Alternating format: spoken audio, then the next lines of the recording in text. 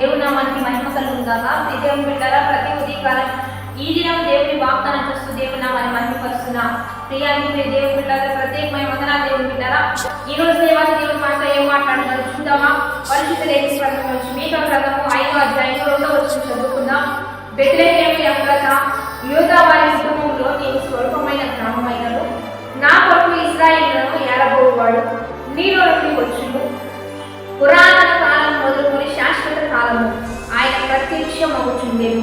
ఈరోజు దేవాది దేవుడు మనకిచ్చిన బలమైన వాక్కు మీకా ప్రవచనము. మీకా ప్రవక్త పలికించిన దేవాది దేవుని యొక్క దేవోక్తి ఏంటంటే, మరి బెత్లెహేము ఎఫ్రాతా, యూదా ప్రధానంలో నీవెంత మాత్రము అల్పమైన వాడు కాదు, ఇశ్రాయేలును ఏలబోవాడు నీలో నుంచి రాబోతున్నాడు. ఎందుకంటే నువ్వు స్వల్పము గ్రామమైనా, నీవు చిన్న గ్రామమైనా, నీలో నుంచి లోకాన్ని పరిపాలించేవాడు రాబోతున్నాడని మీకా ప్రవక్త ప్రవచించాడు.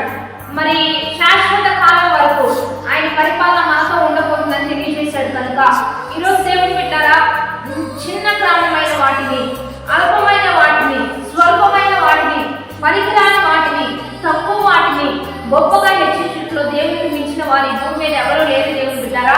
ఎందుకంటే మీరు చిన్నవారని ఆలోచిస్తున్నారా, బీదవారని ఆలోచిస్తున్నారా, ఏమీ లేదని ఆలోచిస్తున్నారా, నా వల్ల ఏమీ కాదంటున్నారా, నాకు అన్నీ ఉంటే నేను బాగుంటాను, నేను అన్నీ చేయగలను అనుకుంటున్నావా?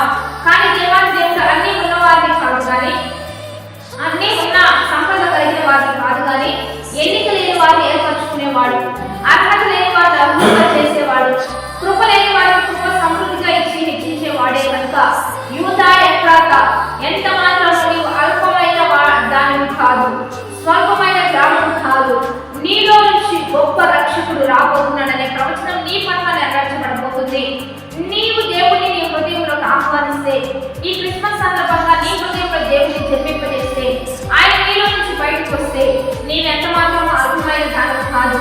ఆయన నీ ద్వారా గొప్ప కార్యాలు చేయబోతున్నాడు, నిన్ను వాడుకోబోతున్నాడు, నీ వలన అనేకులకు మేలు చేయబోతున్నాడు, అనేకులకు సహాయం చేయబోతున్నాడు, నీ వలన అనేకులు జీవించబడబోతున్నారు. కనుక ఎప్పుడు నేను తక్కువగా అంచనా వేసుకోక, తక్కువ చేసుకోక, లోకంలో ఉన్నవారి కంటే నీలో ఉన్నవాడు గొప్పవాడిగా గ్రహించి నీవు దేవుని పరిచయం చేయడానికి, దేవుని కార్యాలు చేయడానికి, ధర్మకార్యంలో చేయడానికి ఎప్పటికప్పుడు సిద్ధపడతా.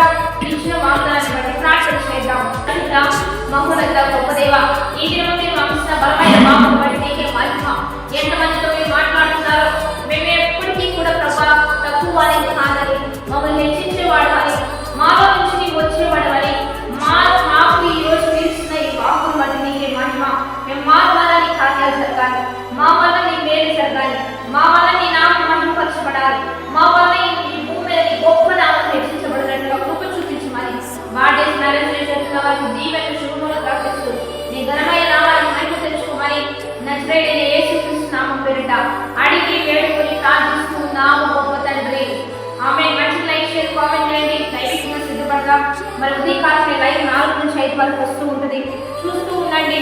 మరి దైవికంగా సిద్ధపడదాం. క్రిస్మస్ ఆరాధనలో ఉదయకాలంలో 4 నుంచి 5 వరకు డిసెంబర్ 25వ తారీఖున జేపీఎంఎస్ ప్యారీ పట్టణంలో ఈ చర్చి ప్రాంగణంలో జరుగుతాయి.